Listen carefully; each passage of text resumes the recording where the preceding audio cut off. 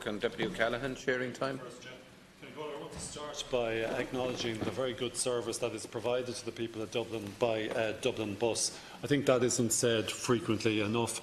Dublin Bus has a very loyal customer base. It provides an efficient and reliable service. The one issue in respect to Dublin Bus at present that anyone can see travelling around the city in the evening time or the morning time is that there are huge numbers of people at bus stops waiting for buses, and if anything the service is so popular that more buses are required. I think it's also important to point out that there are very many good aspects to the BusConnects proposal. We're not about trying to throw the whole proposal out, but I think it is important that as public representatives we're able to debate in this House and communicate to the Minister the concerns that very many communities around Dublin have in respect of the proposals.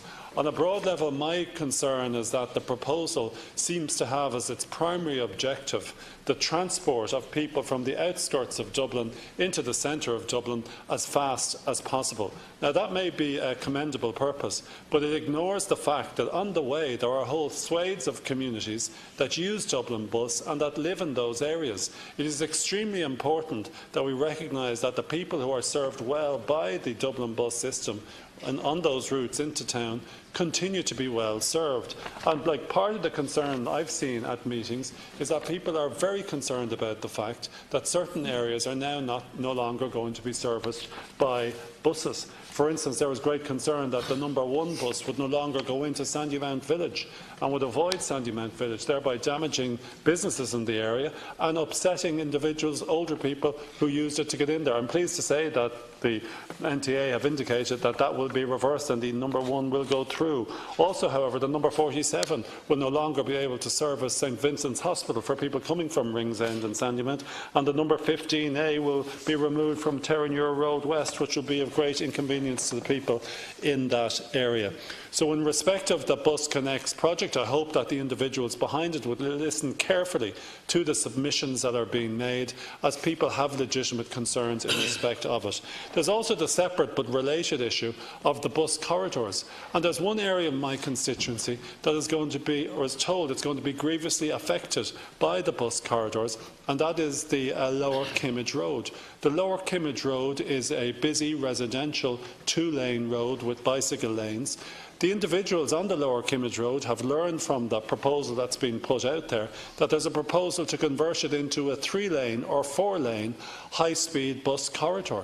Now, the people who live on the Lower Kimmage Road have done exemplary work in being able to identify from the documents what is being proposed, but nobody has come there and given them full information in respect of it. But they're aware, and there's general indications, that they're going to lose parts of their gardens, even as far up to the front doors of their houses. That's no way for any statutory body to treat people who live on a road like that.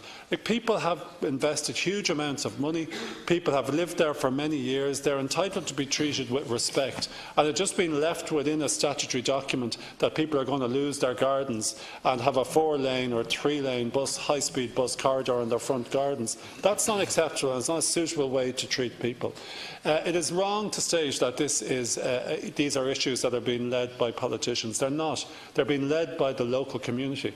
There was a meeting on Sunday evening at 7 p.m. You couldn't have picked a worse time to have a meeting. But this was in respect of the impact that the bus corridors was going to have on the Lower Kimmage Road. There were over, I'd say, 200 people at the meeting.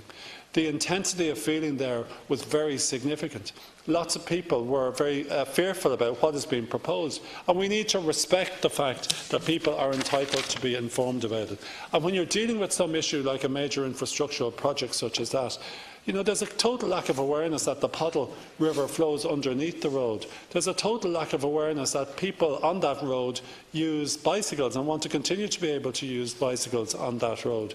So I think there is a concern throughout the community in Dublin about the fact that the people who are putting forward these proposals aren't really aware of the reality of what's happening on the ground. If anyone who is putting forward this proposal had gone out to the Lower Kimmage Road, which is a winding, narrow road at the the end, they would realise that it is simply madness to put forward a proposal that you'll have a 3 or 4 lane high-speed bus corridor there. And particularly when we have the Harold's Cross Road at present, which has a quality bus corridor. I could go on, but I'm conscious my colleague Deputy O'Rourke wants to have his say as well. Thank you.